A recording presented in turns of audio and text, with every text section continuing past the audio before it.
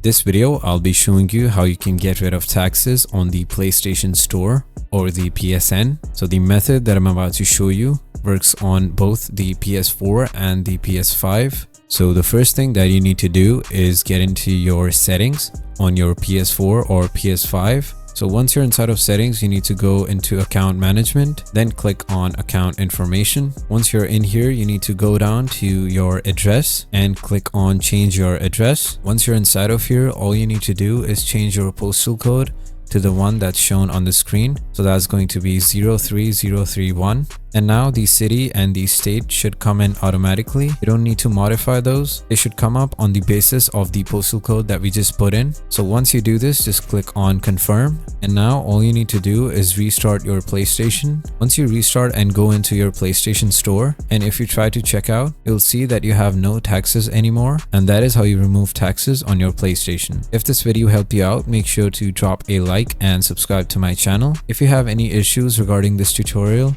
or have any questions, you can put them in the comments down below and share this video with a friend who owns a PlayStation. That is all for this video, and I'll see you guys in the next one. Peace.